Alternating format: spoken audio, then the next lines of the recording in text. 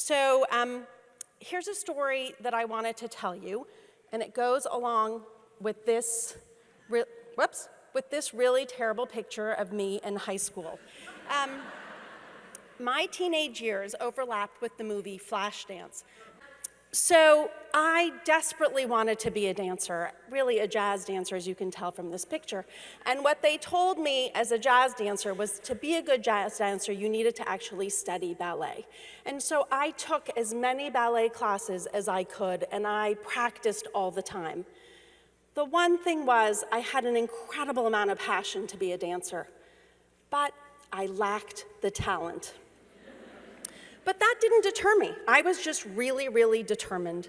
And so I took adult ballet, that's remedial ballet for teenagers, and one day I was in the ballet class, and the highlight of my ballet career was when the teacher pulled me out from the bar and put me in front of everybody, and she said, "If she can do it, you can do it."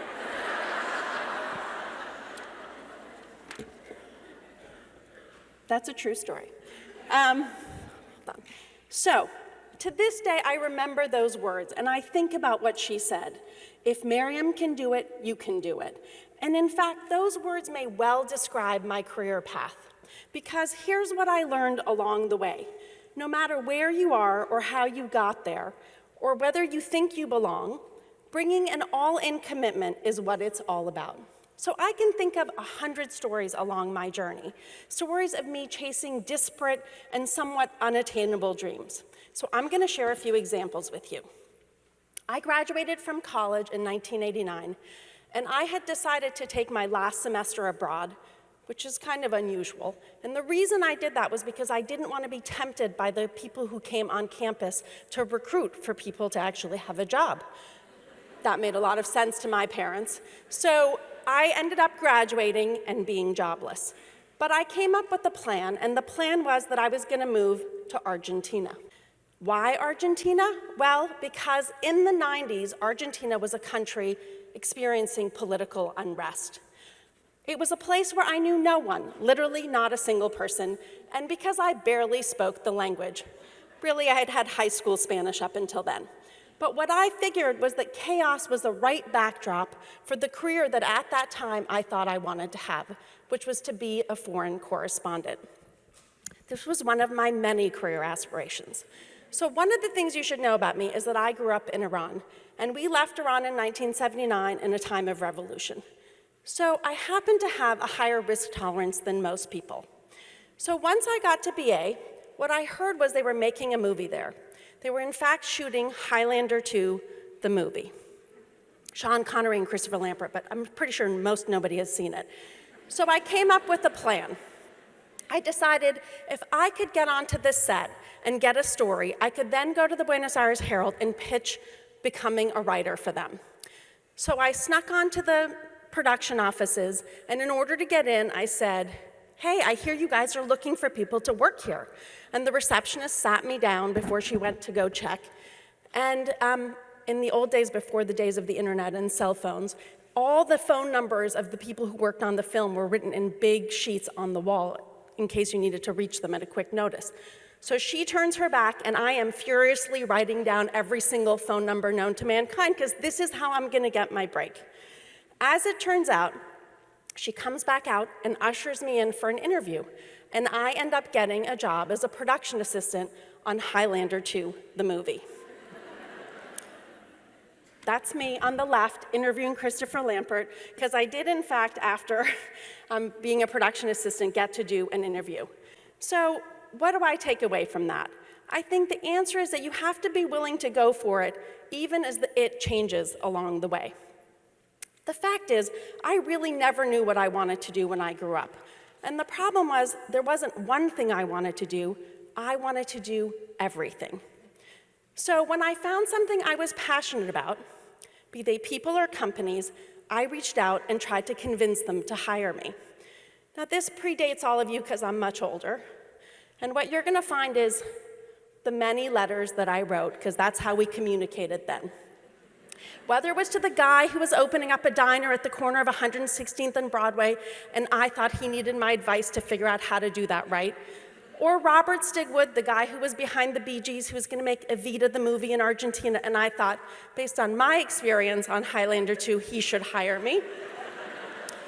Or Outward Bound that I had gone to in Maine, I thought, well, why shouldn't I work for an Outward Bound in Nigeria or Lesotho, South Africa? When I had been in the early days of the internet in like 94, 95, I worked for a company called City Search. It's one of the remaining early internet companies. And for that job, I used to have to go on sales calls. And this dates me again, because you had to take this really heavy IBM computer and you plugged it in to dial in. You know, there was like, and it would connect. And so the computer was super heavy, and I used to have to carry this computer around for meetings. Whoops, there it is. In this really unattractive computer bag and so I kept thinking to myself, this is so unattractive, so I would end up putting it in another bag to hide it. And I thought to myself, why doesn't somebody just make an attractive computer bag? And the answer was, why not me? So, unemployed, I decided to take an accessory class at FIT, the Fashion Institute of Technology. And I kid you not, I made the ugliest accessories known to mankind. But just like my jazz class days, I was not deterred by my lack of talent. By the end of the semester, I found a partner, and we designed functional bags that were fashionable: computer bags, diaper bags, and pet carriers.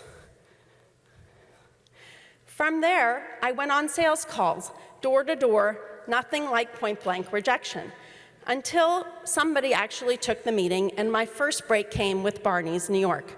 They were our first client, and Maryam B bags became a feature in their accessory section. Ultimately, what I realized was that my life's passion wasn't, in fact, bags. And so eventually I found my way back into the corporate world and back into the world of media, NBC Universal, Gannett, and my favorite of all time, Univision. So, a favor meeting for a friend landed me a job at Univision, despite the fact that my Spanish was still halting and I knew nothing about marketing to Hispanics. But I thought to myself, why not? They offered me the job and I took it. So a final story that I want to leave you with, and you now know that I must have many more, right? Is that probably my greatest adventure so far is that I met the CEO of Hyatt, Mark Hoplamazian, at a conference, at a Bloomberg conference. And he and I started talking about purpose, and I am a big believer in purpose, sort of in the vein of Jim Collins.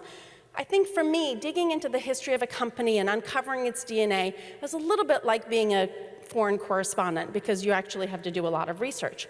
So tapping into the soul of the company is really the reason a company exists. And Mark said to me, we're not in the hotel business, we're in the business of caring for you to be your best. And so, that's what convinced me, because who doesn't want to sign up for caring for people to be their best, to actually move my family, so get ready for it, a 9th grader and an 11th grader to Chicago, a city that I had barely visited, where I knew no one, in an industry that I knew nothing about. So if that's not all in, I don't know what is. So what's the advice that I have to share with you? My advice is that you have to go all in. You have to go for it even as the it changes. And you have to be willing to fight for your ideas, because it's your ideas that are going to take you places. You have to be willing to put fear aside. We all have it. But if you can overcome obstacles by choosing not to see them, you will make the ultimate difference. Now, I've given this presentation once or twice before, and people say to me afterwards, I mean, it's really funny, but I'm not really sure how it applies to me, because, I didn't grow up in Revolution. Do I have to have had that in order to be quite so crazy as you? And so I thought to myself, there has to be a way that I can impart some advice that's meaningful to you. So I came up with this idea of a Go For It workbook. You're the first people I'm trying this out on. What I used to do was this exercise. I would do this exercise of trying to understand what my purpose was. What is that purpose for you? And then what are your superpowers? And then I think you need to think about sort of the intersection of those two things and think about what your dream job would be. And this is about just list making, right? Make lots of lists about your it job, and people say all the time that as you get older, you're told about all the things you can't do. My mother to this day keeps telling me I could still be Oprah. She says it's not too late. And I'm like, Mom, really? So Go back and remember in 6th grade what you thought you wanted to do before everybody told you you couldn't do it. And then make a list. And then what you need to do is actually put your ideas down. Just pick 3 of them. When I was trying to go to Argentina, I had 4 other ideas. It's just that one went out because it went first or something. And then you have to pursue them aggressively, right? It doesn't just happen. And then you have to go for it even as the it changes, because like my story about Argentina, you may think you're going to be a foreign correspondent and end up being a production assistant on a movie instead.